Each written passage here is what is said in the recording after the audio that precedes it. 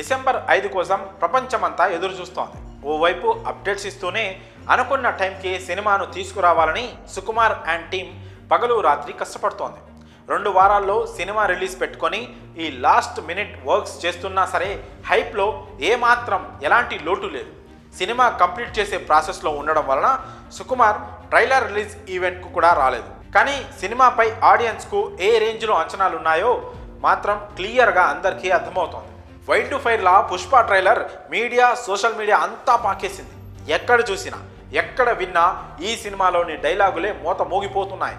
ఇక ఈ సినిమాకు లాస్ట్ మినిట్లో దేవిశ్రీతో పాటు మరో 3 మ్యూజిక్ డైరెక్టర్స్ యాడ్ అయిన సంగతి తెలిసిందే. ఇప్పటికే తమన్ పుష్ప 2 కోసం తన కంపోజిషన్ను పూర్తి చేశాడట. ఇక మరో 2 music directors Ajaneesh Loknath, Sam CS ఇద్దరు కూడా పుష్ప 2 బీజిఎంకు వర్క్ చేశారట. దీంతో ఇప్పుడు ఈ సినిమాలో కాంతారా టచ్ ఉంటుందని అంతా భావిస్తున్నారు. జాతర సీన్ ఎలాగూ ఉండనే ఉంది. బహుశా దాని గురించా అంటే దాదాపు అదేనని చెప్పొచ్చు. ఎందుకంటే అజనీష్ లోక్నాథ్ ఆల్రెడీ కాంతారా, మంగళవారం లాంటి సినిమాలకు మ్యూజిక్ అందించాడు. ఆ 2 సినిమాలు కూడా మ్యూజిక్ పరంగా అద్దరగొట్టేశాయి. సేమ్ అలానే ఇప్పుడు పుష్ప మూవీలో కూడా అలాంటి పూనకాలు తెప్పించే సీన్స్ చాలానే ఉన్నాయట.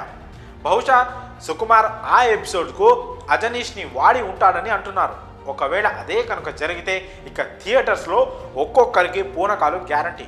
అయితే ఆడియన్స్కు మాత్రం ఏ ఎపిసోడ్కు ఎవరు మ్యూజిక్ ఇచ్చారో కనుక్కోవడం పెద్ద టాస్క్ అని చెప్పవచ్చు. ఇప్పుడు కాంతారా లాంటి మ్యాజిక్ పుష్ప 2లో అజనీష్ చేశాడా లేదా అనే దానిపైనే అందరి ఫోకస్ ఉంది.